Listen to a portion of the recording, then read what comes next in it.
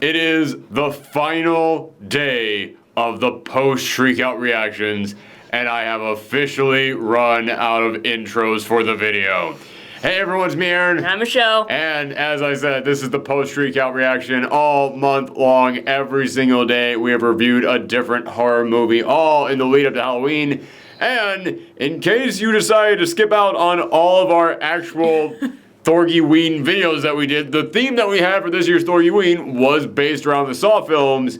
And I remember as soon as we did the opening skit this year, someone left in the comments down below, "Oh, Thorgy is finally going to talk about the Saw franchise." I was like, actually, I didn't really have that plan at all. We were going to talk about, that latest one that I thought was kind of garbage and probably the worst in the entire franchise, so sorry about that. And then I thought, you know what? For the last video of the month, we gotta at least talk about one of them. Yeah. We should go back and talk about the very first Saw film. So here we are, and I gotta say, I went a long time without watching these. I didn't watch a single one of these when they were in theater. I avoided them just simply because I looked at it and went, yeah, that's just torture porn, and I'm not interested in that at all. I do not like that form of horror.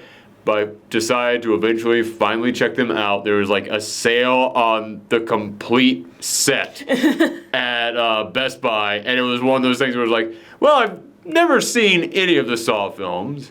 What better time to see all the Saw films? So I decided to get, and I sat through them, and I gotta say, I actually do like this franchise. At least the first half. I think the second half kind of falls apart. The moment that Jigsaw dies, and they keep going for like 3 more films afterwards, it's like, oh, dude, just let it go at this point. Like, you let the guy die, and then you can get one more out of him. You can get one more out of this franchise of the, oh, but he had a master plan for after he died, it would take effect. Yeah, they did that. Then they did apparently add another one. And then apparently there were copycats. And now, apparently, there was a second copycat. And who even knows what's going to be in the movie that comes out next year, because that's the thing that they're doing. They are actually making another one. I didn't even know that until you guys pointed it out to me. But yeah, this very first one, it is weird going back and watching this one and seeing how different it is from what the franchise ended up becoming. Yeah. Because in this first film, it's actually about the people who are in the torture chamber. Yeah. And then later on, it's like, oh, torture porn. Oh, well, it's not even that, but later on, it's like, who even cares about those people? You'll have, like, people just sort of like, no, help, let me out, I'm dying in here. It's like, yeah, we'll get to you in a second. Anyway, about the detective who is hunting down Jigsaw. I said earlier this month, in a video that we did, I don't really consider the Saw franchise to be horror films, which makes it a weird thing for me to go out on in Thorgy-ween when we review horror films, but yeah, I consider them to be thrillers, and I understand thriller and horror are like that. They are neck and neck. I mean, there's a ton of overlap. There's tons of films out there that are both horror and thriller, but I view them as just being pure thriller because they're not so much about, oh man, maybe this could happen to you, or what if you were in this situation. They're more about the, let's hunt down this crazy killer. Let's figure out his motives. Let's actually go through the steps. And oh yes, it's a police procedural, basically. It is a detective story, is what these are. It is the story of hunting down a killer, not being afraid that a killer is hunting you down. But this first one is the closest that we've gotten to being like horror because we are focusing on 2 main characters. The detectives and all the police work that goes into this, that's secondary. And it's also kind of the worst part of this entire film, I would say. I'll just say it right now. Detective Tapp is one of the worst detectives in any movie I've ever seen. We actually, at the end of this, we're going full spoilers, by the way. It's full spoilers. At the end of this thing, when Tapp is struggling with a guy with a gun and ends up shooting himself, both of us just burst out laughing at that moment. We knew it was coming. We had already seen this film, but Tapp is just so bad. Yeah, that's the thing. It's like, I do like the premise of Saw. I like that the villain Jigsaw, like, he actually has, like, very indecent... His motivations. His motivations are very good. Like, he actually, like, not like, he has... Whoa, back up. They're not good, but it's like... They're interesting. Interesting. He has reasons for, yes, like... the idea that Jigsaw is doing this to try and, help people by his own messed up logic, I compared it to basically making him, like, the living embodiment of Stockholm Syndrome. Because a lot of people who do survive his traps, they come out of them like, yes, I didn't appreciate life, but now I do, thanks to Jigsaw. He's the one that saved me. And it's kind of interesting that, yeah, the people who end up getting put in his traps, they do come out kind of with a cult-like mentality around him. Which I always found that to kind of be like an interesting thing that they could build on a little bit more. But I remember, like, there's a later film where they are interviewing some of the survivors. And it's like, so do you feel like you should thank him for this? I'm like, what the fuck is wrong with you? It's no, like, I'm missing an arm now. Yeah, exactly. Like, that's honestly, yeah, it's one of those things that they never leaned into enough or explored it enough to make it really feel like it has some weight to it. Like, oh, maybe this should be a thing that we discuss. So eventually, by like the fourth or fifth film, I think they realized that they had kind of dropped the ball on that. Mm-hmm. So they were just like, let's just kind of point out how no, that doesn't actually work. Yeah, it's a very interesting concept. I really do like the idea, but like it does fall flat at a few parts. Yes, it does, absolutely. And what's really interesting about this first film is that I don't think this first film works all that well on its own, but as a part of a series, I do think it works really well. Mm-hmm. Like speaking in comic book terms, for all the comic book fans out there, Saw Movie 1 feels almost like an issue 0. It feels like that. It feels like that comic book that's there to not really start the story, but to give you all the information that you need to know about the characters that will be involved in this story, and give you that initial step before the story begins. Because Saw 2, that's actually my favorite in the franchise. That's the one that I look at and I'm actually like, you've got everything here working exactly as it should. The detective side is big and meaty, and that is a huge focus of this. But so are the people in the torture room in here. We get to know each of them. We get to know each of their backstories. They have like a big part in this story. I think that there's a great balance in between that. Jigsaw actually plays a role in that film himself, because in this film, the reveal of who Jigsaw is at the end of this, that does not really work all that well if you don't already know who Jigsaw is. Mm-hmm. Because if you know who Jigsaw is, then you look at it and go, yeah, this was, okay, that's probably his plan. But if you do not know who Jigsaw is going into this film, when they reveal who he is, you're just like, that guy? Really? What? But that guy he doesn't even have a line of dialogue in this entire movie. He's just he's like a cameo appearance almost in this thing. But if you already know this stuff, you're like, oh, I know. I'm watching you. Yeah, okay. All right, nice. That's why this is such an interesting installment in this franchise. It really does feel like, even though this is the first film, the film hasn't begun yet. It's almost like, actually no, it's not almost like this. It's like a better version of the first Friday the 13th film. Because the first Friday the 13th film, yeah, you guys all know, Jason Voorhees was not the killer in that one. It was Jason's mom. Jason didn't appear until the second film, and that's when the series really started to take off, because they're like, oh, this guy, this is our moneymaker right here. This film almost kind of feels the same way, because the people you're following who you think are the killer, yeah, it's not the killer. That person is just involved in this whole thing just as much as the victims are. It's not until the very end of the thing, and again, we're going full spoilers, but the moment when the dead body in the center in the room steps up and reveals, I was Jigsaw the whole time, and then you get the flashback and it's revealed, it was that guy in that very brief, quick moment when the doctor is in there, like, pointing at a patient going, yes, this man has several tumors it's that guy! He's asleep in the bed! Why is it that guy? Why? We don't know. What? Yeah, it's not until there's no motivation for Jigsaw in this film. Yeah, it's not until the second movie where you suddenly get everything on there, and that makes you look back at this film and, oh man, I get it now. I do not really think that this film works all that well without the second film, but with the second film, I think this film's really good. Yeah. And that makes this so fascinating to me. It's so rare that you can actually look at a movie and go, wow, yeah, thank goodness they had that sequel. That makes this a good film. It is a film where if you're going to watch the Saw movies, you might as well do what I did, where you just buy that giant collection of DVDs for like $20 and just sit down and just start watching them all. Stop as soon as you start disliking them, because it does not get better. But yeah, this really is a franchise that was kind of designed to all be watched like back to back to back. I mean, even like the third film, man, we're not even really talking about this film. We're just talking about the entire franchise at this point. But when you get to the third film, and that one, I believe, and it's been a while since I saw a third one, but I believe that's the one that was all about his protege. who was the main character in the 1980s Blob remake, which I didn't find that out until last year. I always associate her as being Ted Danson's assistant on Becker, which, man, that was a shift to see her in this.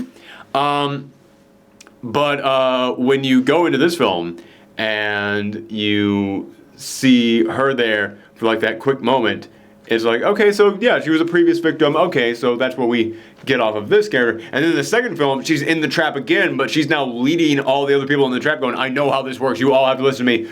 Oh, shoot. Okay, so they brought that character back around. And then it's revealed like, oh, she's working with Jigsaw. Third film, she ends up becoming the new Jigsaw to try and take over, but she's now kind of like the evil Jigsaw because she's not even concerned with teaching lessons or anything.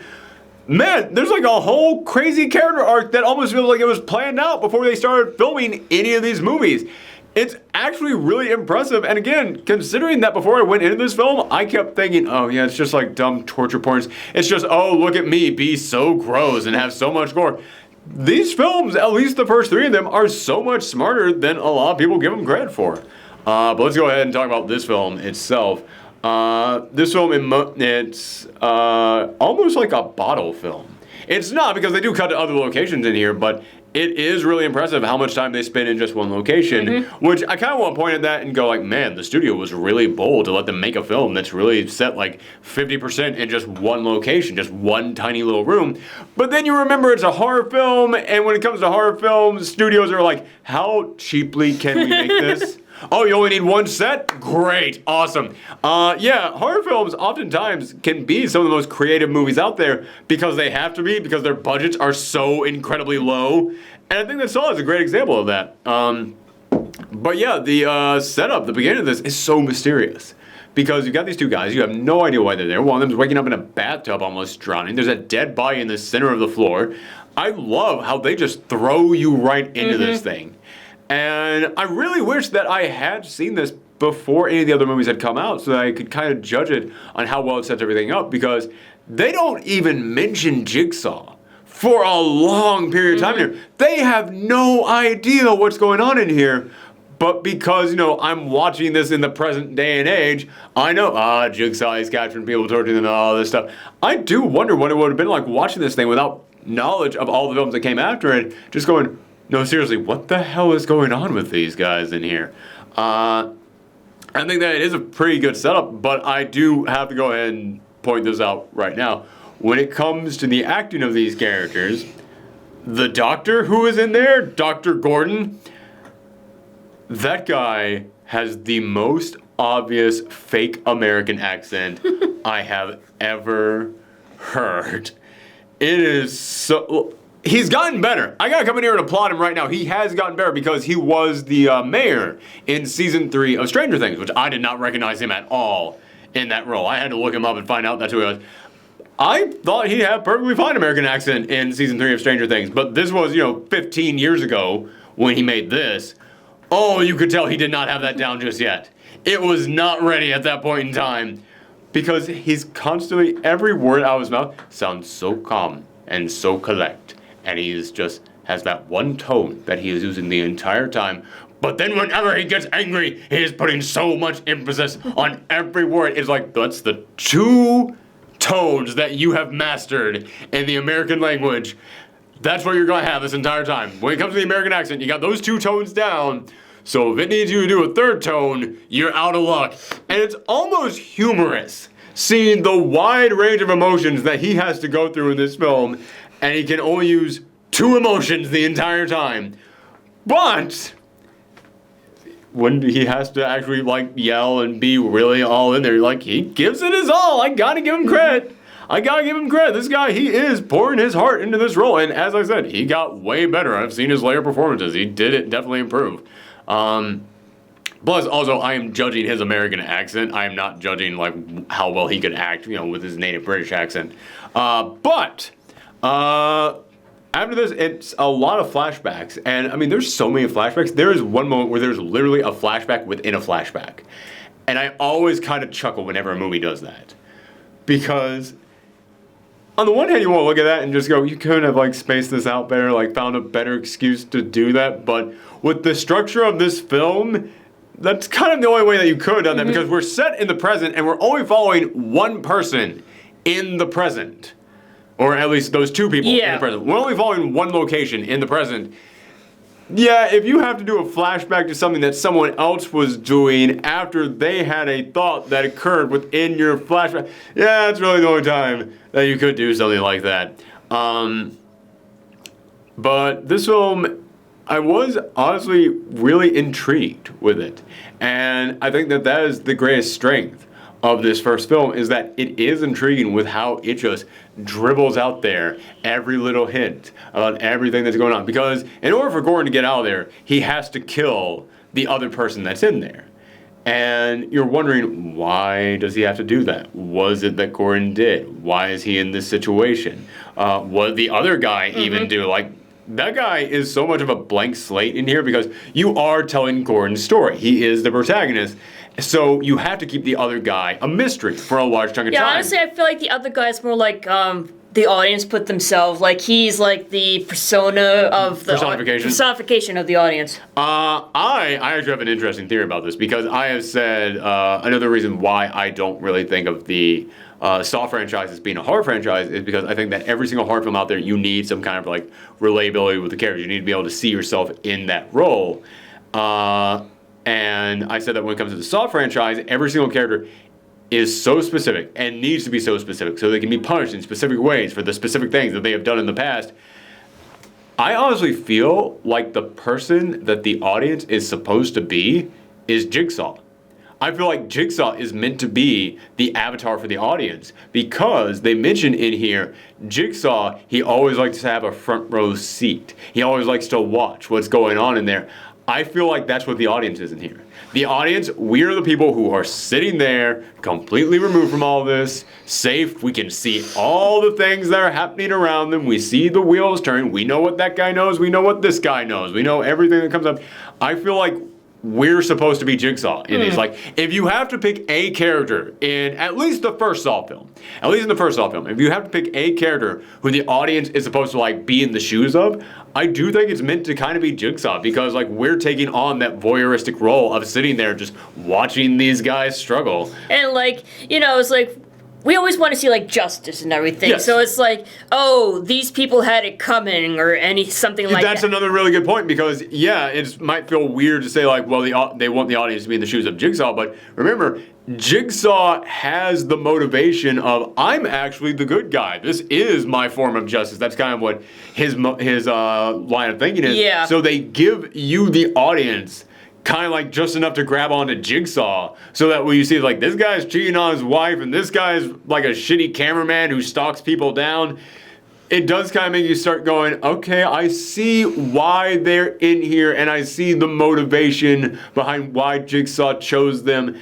It's very interesting. Like, I'm not saying like Jigsaw is right and I'm on Team Jigsaw. No, not that at all. I'm saying that with most films out there, you are supposed to find yourself relating to or in the role of one of the characters in the film. And Saw franchise is so fascinating because I feel like they purposely make it so that you aren't supposed to do that with any of the victims.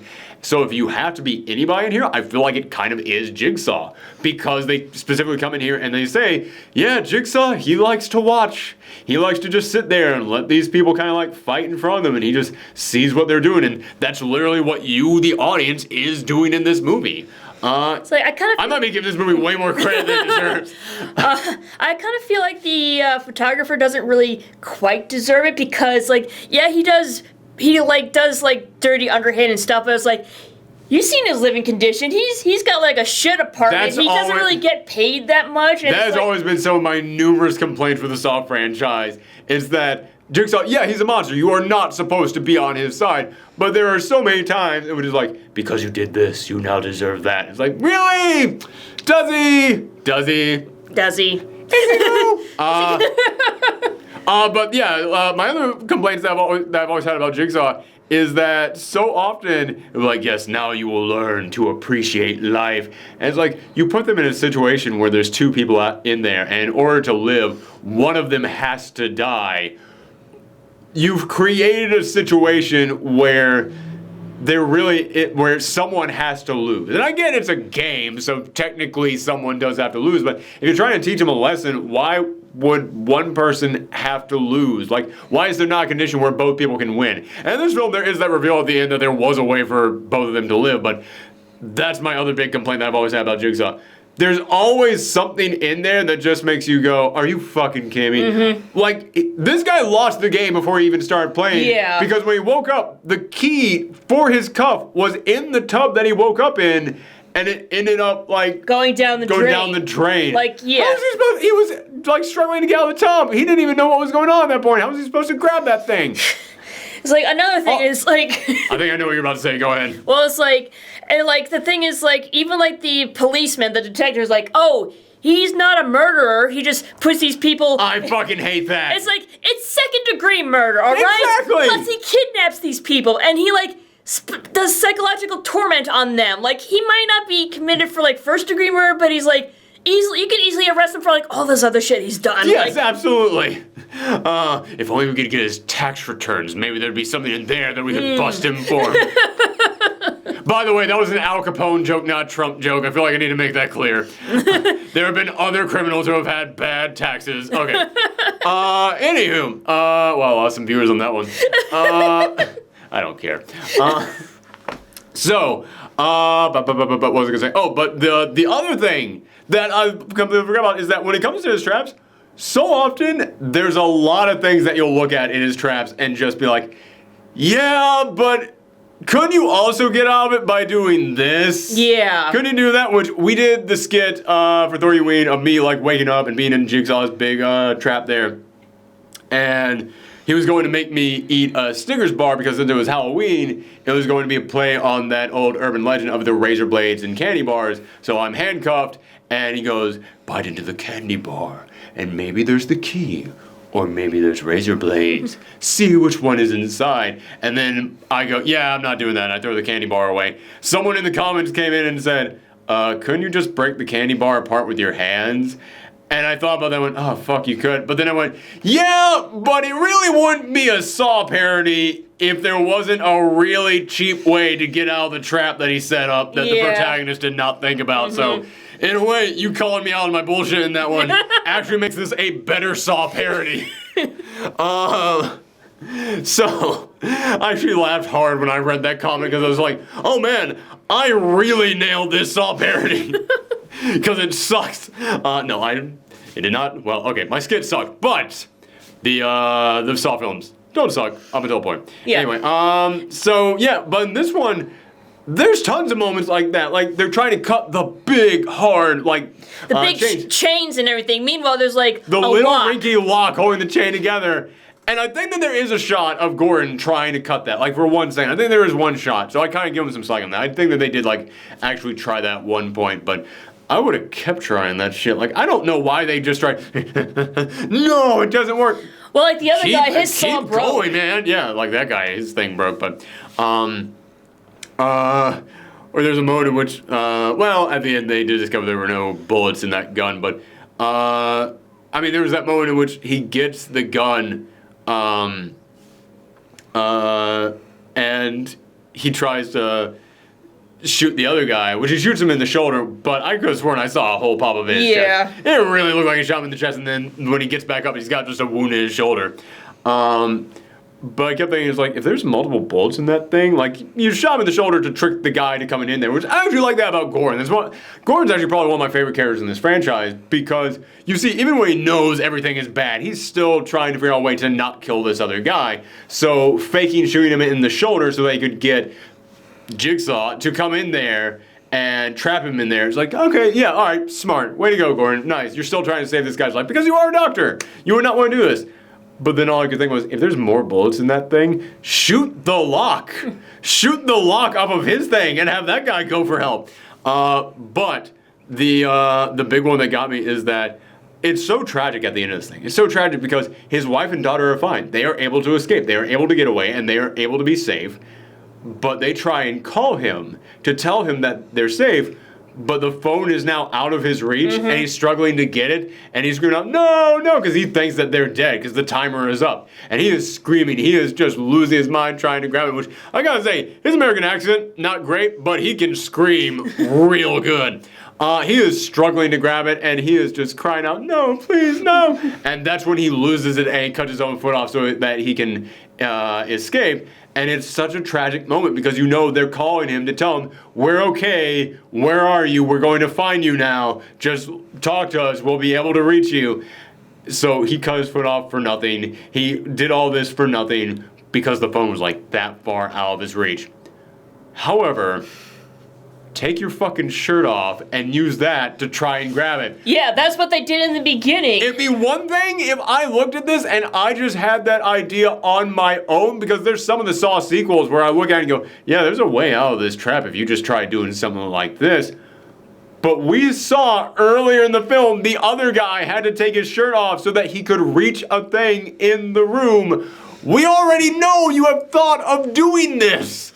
And it's like he takes his shirt off to like, make a tourniquet around his foot when he cuts his foot off. It's like, really? You couldn't have just... And you were that close to actually having the answer to this thing. Like, oh, man. Yeah, but that's the Saw franchise. There's always gonna be that thing that you go, why not just do this thing? What? There's a Saw video game. There's actually 2 Saw video games, and I watched the Super Beer Bros play through it. And there's a mini game in there where you have to get a key out of a toilet, and the toilet is filled with needles. And every time that they had to do that mini game, they just said, why don't you go one by one and pluck the needles out of the toilet first?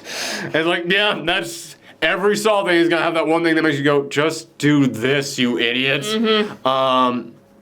But in all fairness, I have always come in here and said, don't judge the people in a horror film too harshly, because they're under a stressful situation, so you would not be thinking logically either. But this is one of those times where I have to point out and go, you know this is a thing that'll work because you already did it in this movie.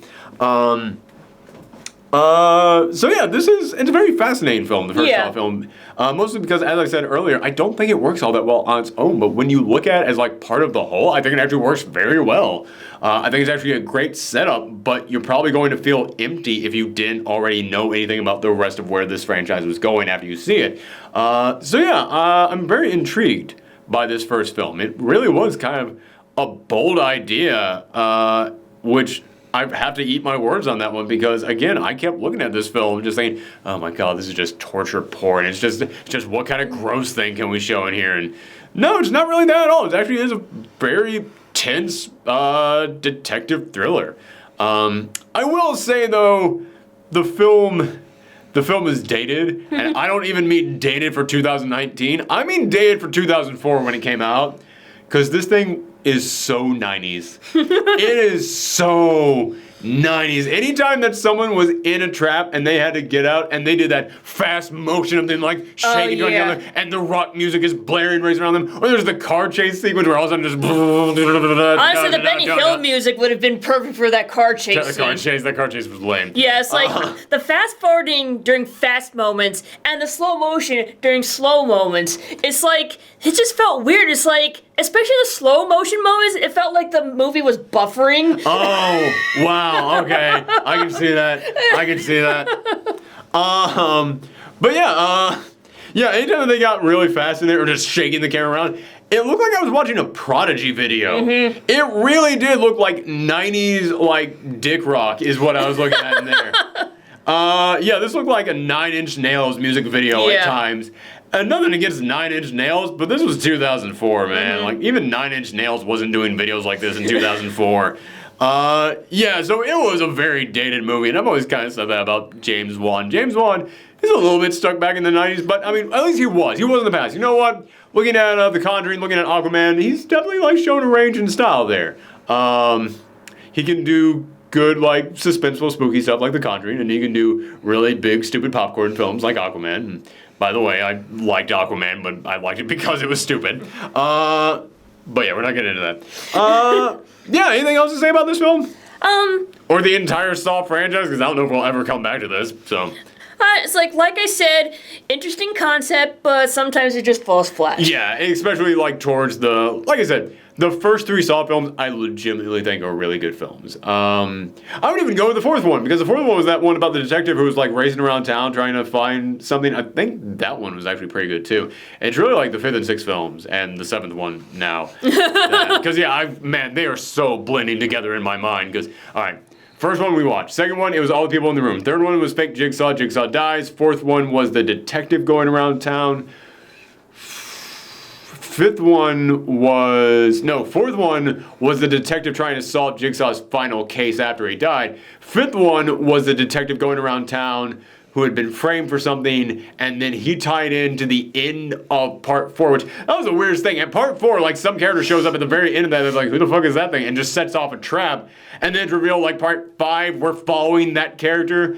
And part 6 was the one where it was like, this is the final chapter, and this was Jigsaw's greatest plan all along, but then it's revealed it was a new Jigsaw, and spoiler for that one, but it was Gordon come back around, and he was basically just like, yes, I did escape that night, which I do like that, because this thing ends with Gordon like crawling out of there with the worst makeup job. I gotta say that. He's losing a lot of blood because he cut his foot off, so his face is pale. But there are moments where it looks like they just came up with the big Muppets powder thing, just yeah.